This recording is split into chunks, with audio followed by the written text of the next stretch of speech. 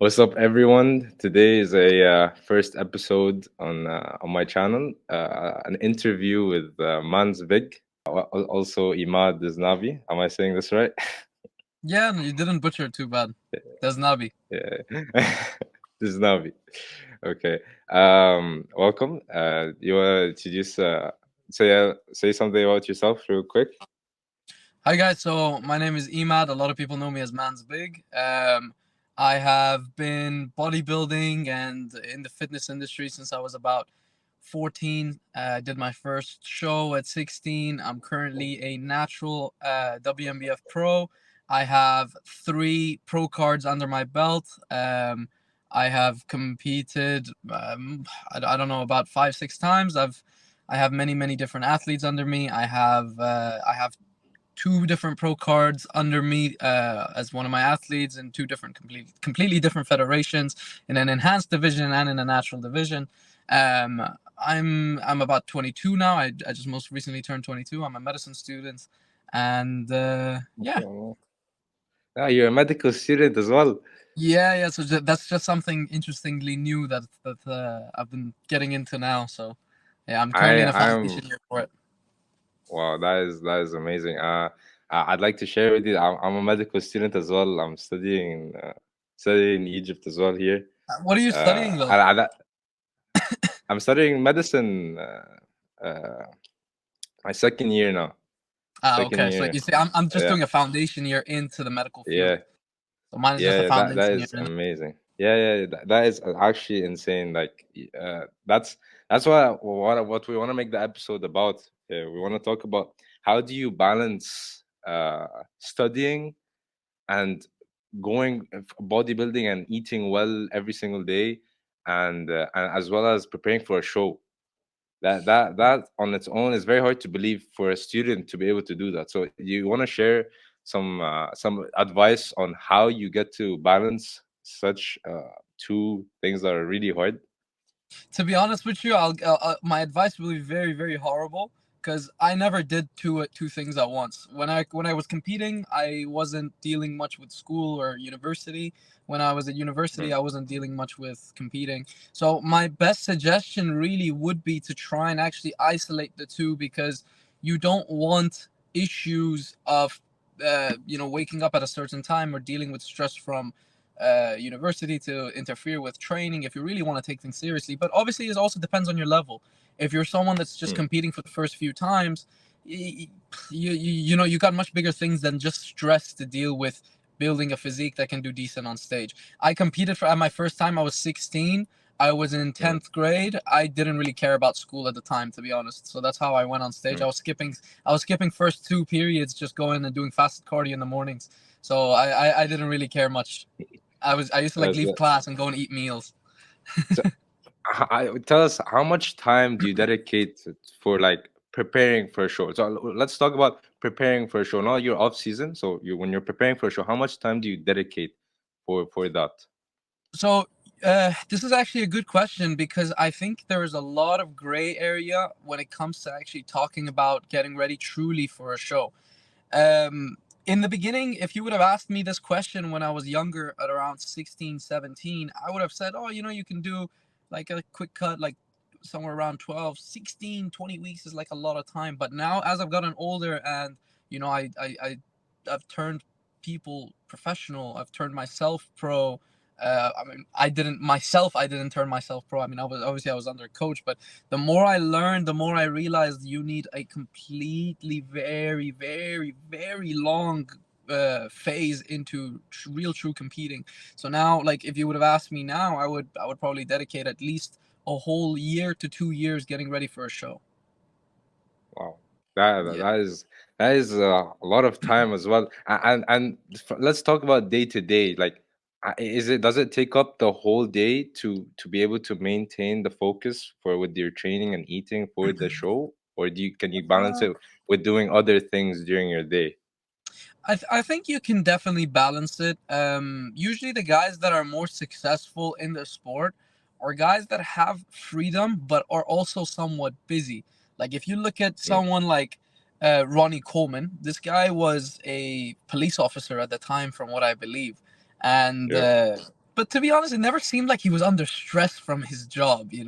From everything he was Yeah. saying. Obviously, I don't know Ronnie Coleman personally, but it never seemed like he was under like crap. I have to go do my job. And like for me as well, I mean, all I really did during the time was I had the job of coaching, and Mm, coaching is yes, it can be stressful at times, but I'm very blessed that I have always set my coaching standards to a very high level, that the people that I tend to work with are people that really take this very, very seriously. So mm. my stress levels from that is very low. I absolutely, I'm very blessed with the people that I'm surrounded by in my job. So that part is completely out for me. But yeah, I think dedication time. I think as long as you're not too busy, so you can't do your thing, and also if you're not too unbusy, so that you just run yourself crazy, because you get a lot of free time, and Mm. usually with the preps that you're busy usually go a little bit better. Yeah. So it's like you have a routine. You can build a routine when Yeah, you have something to revolve around. You have a routine every day, and I completely understand that. I think I can agree with you on this. But I think with the student, it's much harder because you go to yeah, uni and you come back and you need to study, like, continue studying. yeah, Unlike a job, you go to the job, you come back, you finish the job, like, you're done. After yeah. 5, you have nothing to do. Like to be honest with you, whenever I was during high school, I didn't really care at all Mm, about studying. Like I didn't give a mm. shit at all, to be honest.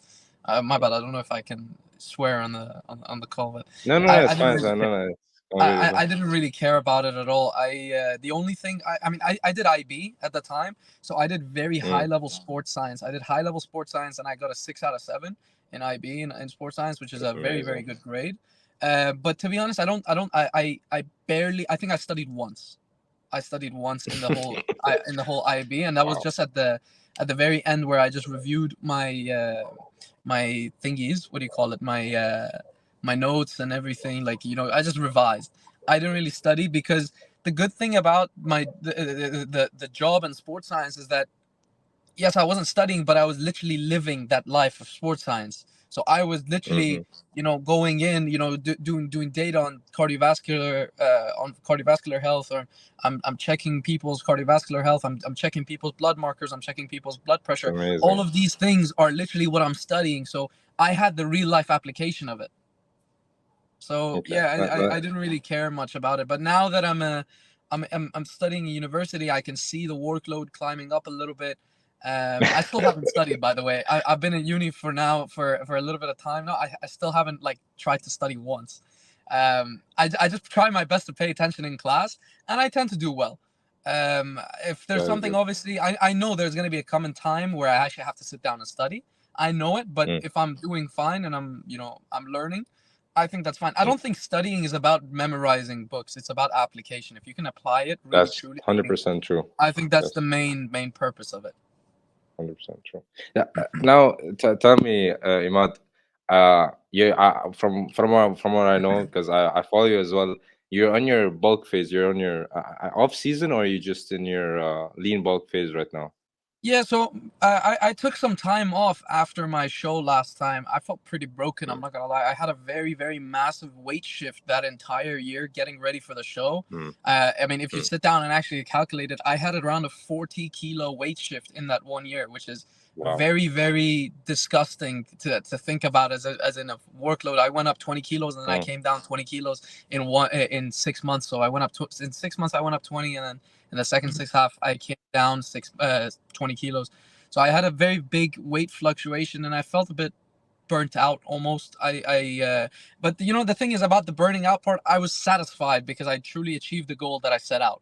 So I took some mm. time off, and during that time off, I mean, I also had other goals when it comes to only gains and putting my other guys on stage, which alhamdulillah I was also very successful in doing so. We got 2 pro cards in one year. We got 1 or 2 second placings. We did very good in that year. So um after that, now I'm making my way back into training, and I'm actually starting to touch wood. I'm enjoying training. It's been a little while since I've actually enjoyed training for training, and right now I don't even care about my food. I'm just eating to fuel training. So if That's one day very I see I need to boost, I need to push up my food, I do so. But I tend to do that by being in a surplus. So mm, I'm just ramming food in. I don't even mind if I'm gaining about a kilo or 2 kilos a week. I just want to have the energy to enjoy training. You can pretty much say I'm in a chilled out bulk. chilled out vlog. That's amazing. So you're saying your lean bulk isn't that focused on your next show? You because I was asking you like a few weeks ago if you're going very high. So Hmm. isn't that when you're going really high, like above 4K, like 4K calories, which might be over. So let's talk about the standardized lean bulk, which is around 110% over your TDE. If you're going over that, you're just gaining fat. So my question is it different for someone who is trying to go for a competition than someone that is a like normal person, lifestyle bodybuilder? Do the calorie consumption in a surplus differ, or does it also depend on how much you're training? Because maybe you're training 6 days a week, 2 hours a day. Give me, tell me, would it be differ from a normal person to a bodybuilder? I think the best way I can answer this is if I break it up into two ways, but into two parts. So the first thing is I think the number one thing that will determine how you're supposed to go off about your certain situation is planning on what's supposed to come next. I don't Mm, I know for myself I'm not going to be competing in the next year or maybe mm, two. So I don't mind getting bigger and softer, right? mm. If someone else comes to me and says, "Oh, I want to compete in the next year," you have to be in the position to truly be able to do that. So the guys that seem to compete, like even like if we go by the same Mr. Olympia that Mm. currently happened this last year, where Hadi lost, which interesting topic on its own. Okay. Hadi was ready about a few, like, I don't know, 20 weeks out. He was basically ready about 20 weeks out. And what I mean by ready is he was lean enough in terms of not having body fat. And that's the Mhm. main thing about getting people in shape to step on stage is no one is just really ready in time. And usually you do actually want to be ready ahead of time and just really tweak that look, because people think, let's say if you have a competition, they think you just need to cut down and go do the competition. But that's not actually how you Mhm. truly perfect the physique. You need to cut down, get rid of, get your body fat levels extremely low to the point where you want. And by doing that, you're going to lose a lot of fullness everywhere. And then at that point, your goal is to regain fullness up until a point where your looks in terms of conditioning and fullness is the perfect combination. And you can place that on stage. That's the idea So, of how bodybuilding is supposed to be. Not yeah. as in cut, cut, cut, cut, cut, do a carb up and then go and do a show. Which carbing up as well is nonsense as well, by the way. It's not possible to genuinely carb up for a That's show. what I'm trying to readjust the perspective for, because a lot of people would see a person like, oh, this guy's eating 8,000 calories, or like Mm. because they just see a one video of, oh, he's eating 7,000, 8,000 calories, so oh, I should be eating that much. But it's actually, if you eat that much, you're just gonna get a lot of fat. But you're doing this Yeah. for a specific reason, because you understand the physiology behind it and why you're doing this, because you need to do this at this certain time before the show. And that's I like think this is the about beauty that of the video sport. that we posted before, right? Yeah. Of Murad. So Murad was one of Yes. Shabe's clients. So at the time, Shabe was actually working with us through Only Gains. He was one of Only Mm, Gains coaches. So he was one of Shabe's clients, and he was at the phase where he had gotten body fat extremely low. So body mm, fat percentage wise, we would probably say that he was probably sitting at about 5 to 6% of body fat. mm. And at that point, the idea was to get him fuller in the right areas that we want to be appearing more full. And we Yeah. had to do that in a specific time frame. And yes, if you try and push 8,000 calories in for everyone, the person's going to get fat, right? Yeah. The higher the rate of gain, the more percentage of fat. But Okay. that depends also at their current state. So for Murad, when we kept on pushing in at about 8,000 calories, his body was soaking that up. His blood sugar levels was dropping. So he was there was his insulin level was extremely sensitive to that food. So that food was just getting Mm. him fuller and fuller and fuller, while we could genuinely see there was no sign of him getting any softer at all. And So at that point, we were at a point where we were trying to regain weight at a very rapid rate, and we got up to a point where he was pushing in about 8,000 calories, and he did that for about, I think, like 3 days before we were dealing with some digestive issues. And that's some parts that we don't really show on the internet. So the big Yeah, part is yeah, 8,000 calories. It's everyone's dream to eat 8,000 yeah, calories and be shredded, right? But it's clickbait. yeah, So I mean, yeah, I'm out yeah, here. yeah. I'll tell you, it's a big clickbait. But the idea is that we were just showing like the highlight of one short period of time. It was only lasted for a few days. I'm happy that like on here we can talk about the small details behind the camera, which is a really good perspective for anyone who's actually interested in the sport, to get into and understand why these small details we do before a competition. And moving on to to something we were speaking about was your cutting phase. I wanted to ask, um, how do you manage stress and mindfulness during that period before the show? It's such a hard phase during your bodybuilding competition, to be cutting and then going through the stress and trying to manage it. How do you manage that really well? I would say the number one thing is that putting yourself in positions where you're not gonna be, where your chances of dealing with stress is gonna be low. Like for example, if I was towards the very end of my cut, I would not be hanging out with anyone new. I would not be going out to new areas. I wouldn't tend to try to do anything new. I would Mm, basically be almost living a small bit of a boring life, mm, because I need to try and replicate day by day so I can tweak variables one by one also. So let's say if mm, one day I wake up and my activity levels are past a certain point, that's going to have me wake up the next day more depleted. Or yeah, let's say vice versa, if one day I wake up and I underdo it, maybe I wake up a little fuller. So the idea at that point is to just recreate and find the look that you really want to bring to the stage, and just to replicate that. So I would tend to redo everything on a day-to-day basis and try and keep anything that gives me a chance of stress out. And really it's just about having a good community of people around you as well. So towards when I was cutting down for my show, which to be honest, I wasn't lean enough to compete at that point anyway. When I won my mm, pro card, I could argue that I could have been a hell of a lot leaner. I could have at least really, pulled a lot more body fat, especially off my legs. So mm, but during that time, the only person that I was really seeing was my mother, Ali. No one knew. I was always chilling. I had a very, very set routine. I wouldn't do anything new. Yeah, that sounds boring, but I got the result that I wanted. yeah. Like, Do you know I don't mind. anyone? Do you know anyone in the bodybuilding space ever use meditation as a way to improve their Uh, mental health and I would say mindfulness? I always push meditation in terms of breathing exercises. So Mm. I don't push meditation as in maybe the traditional way of meditation is supposed to be, but It's I all about always breathing. Yeah, I'm always up for specific breathing methods and breathing works.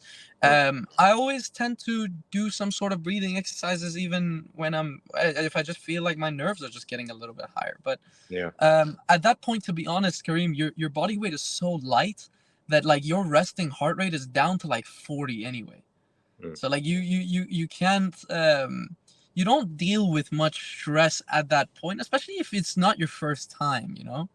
Mm. So So usually it's that community that I feel like has the biggest effect. Like at my show, I had about maybe 20, 30 people I knew there that thankfully came out to support me. So like I just felt like I was at home. Everyone else, yeah, I like felt like everyone else was just coming in as a guest to my show. And I think yeah, yeah. like that really, really affected my confidence on stage.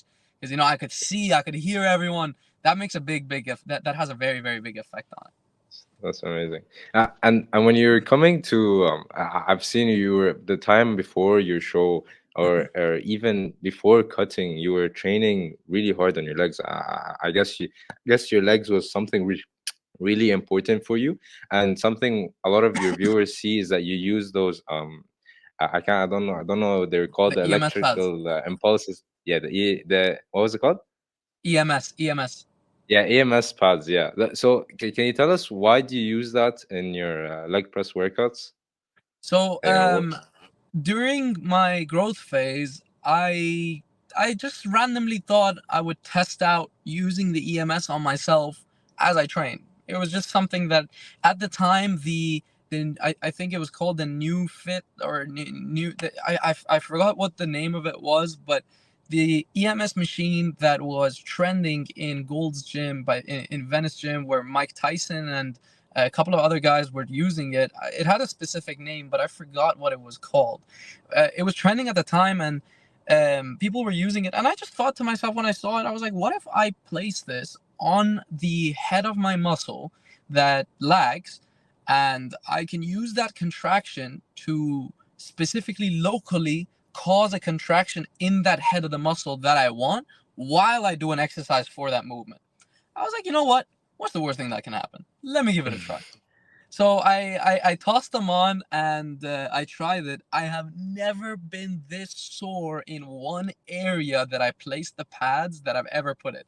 Now, yeah, soreness is wow, not a very, very big indicator of you doing well, but the fact that I had localized soreness on that area that I put it on gave me a that's a good good point. sign where I was like, you know Yeah. what do I lose by placing this on my leg, wrapping it around? What do I lose? I lose 1 minute of me wrapping my legs, and it's not affecting my performance in any sort of negative way. I'm still training the same way I am. And I was like, the only thing that I lose is the opportunity that maybe this could have biased one of the heads a little bit more. So I was like, you know Yeah. what? That's stupid of me to try and just, not do it because I don't know if it will work 100% or not.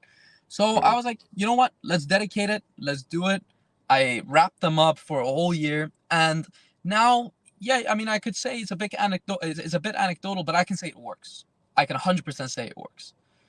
I used to That's place it on the outer heads of my quads and my rec fem, and that was genuinely the fullest and the biggest my rec fem and my outer head has ever gotten.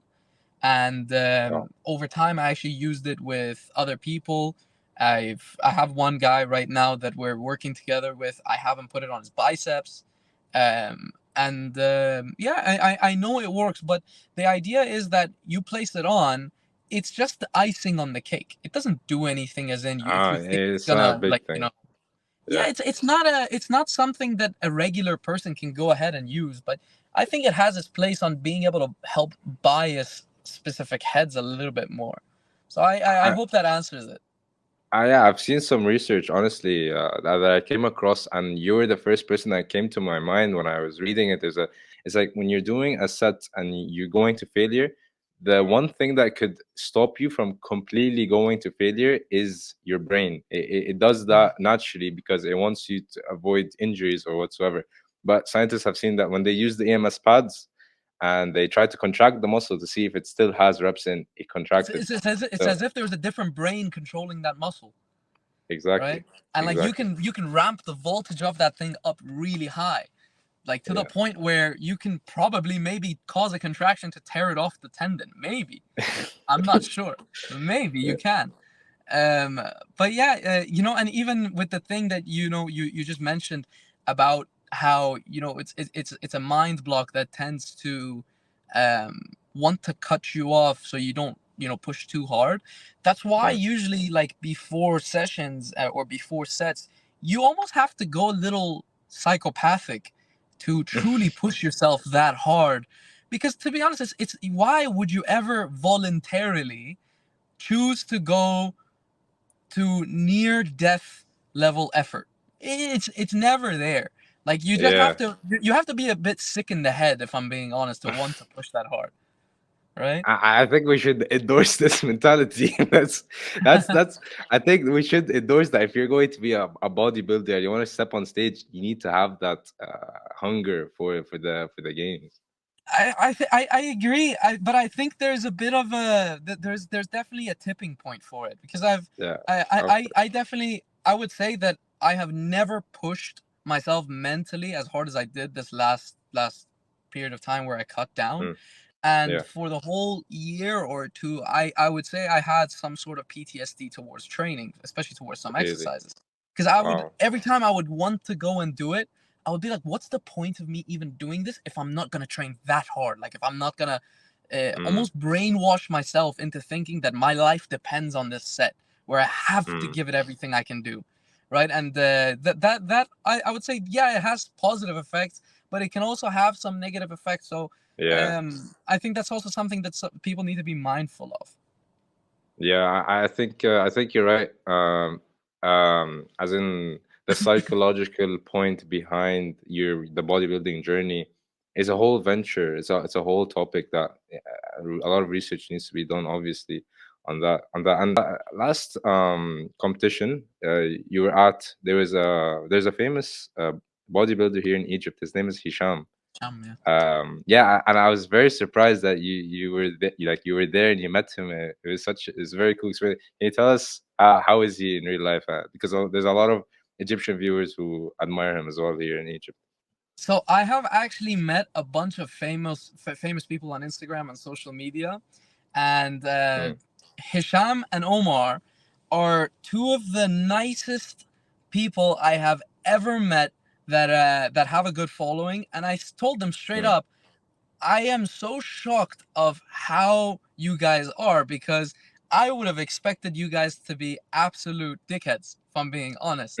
I told them that because I have experience with some guys, and they were very cocky, they were very rude. But Mm.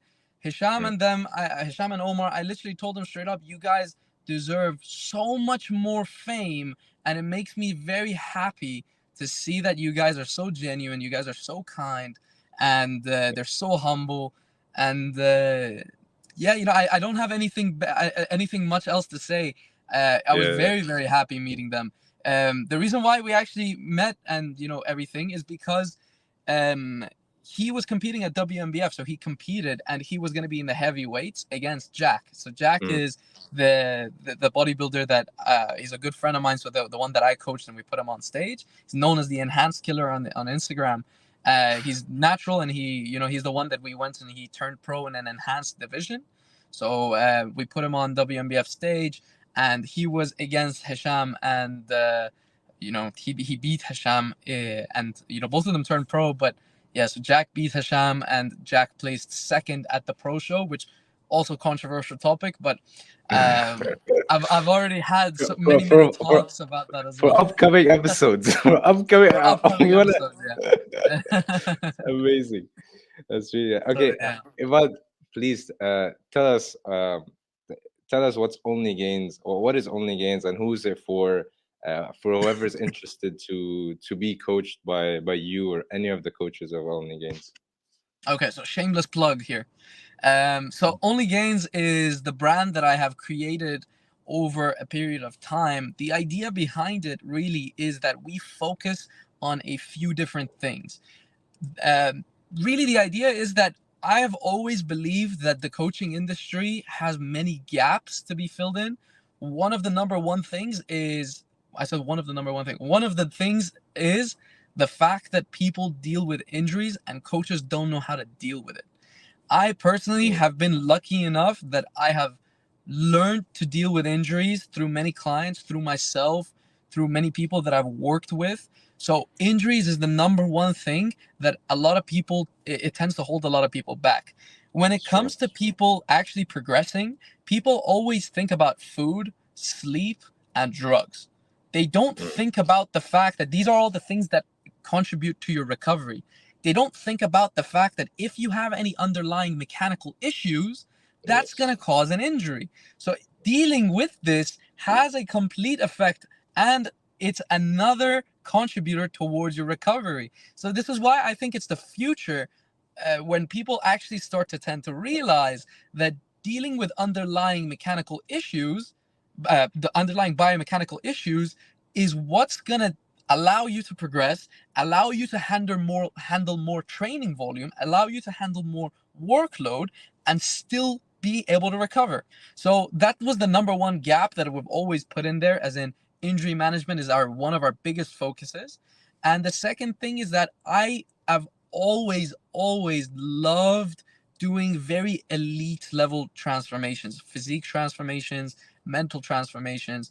very, very elite level of transforming. I've absolutely loved it. The saying that I like to put out there is that we like to turbo boost physiques. And that's genuinely the idea behind the coaching. We don't tend to focus on little, maybe lose a few kilos here and there. No, we tend to focus on taking majority of our guys is men. So we work a lot with a lot of men, even though we have female clients. I've personally coached a female athlete. I put her on stage in the past, and but our major focus is on young men that want to genuinely turn their physique 360 by 360 degrees completely around. And the third thing really is that we're really starting to push out there is our merch. So my family is in the clothing business, so I've been using my connections in that sense to bring out very, very high quality training gear, very, very high quality merch. And like I don't usually just wear this because it's my brand. It's genuinely because it's so It's comfortable. comfortable. And anybody will tell you the same thing. Like, you can kind of see, like, this is very, very light. I love the actual quality of our work. Yeah, I still believe that our designs can get a little better, but yeah. That's no problem. The designs can always improve. The quality Yeah. is top notch. Thank you so much, Imad, for coming over on an interview with me. No worries, bro. I hope Thank you for having everyone, me. The pleasure's all yeah, mine. thank you so much. And I hopefully we can see you again and then do another one like this. It's a really nice talk with you. Really For interesting sure, things inshallah. to Hopefully, learn. I'll be able to do one with you soon in person. We're looking to see if we can Hopefully, find any shows in Egypt, so maybe we'll come out there and do a show yes. there. Whenever you come, we're very, very welcome to see you here. That Inshallah, would be inshallah. awesome. It was very Inshallah. nice. It was very nice to be with you, and yes, and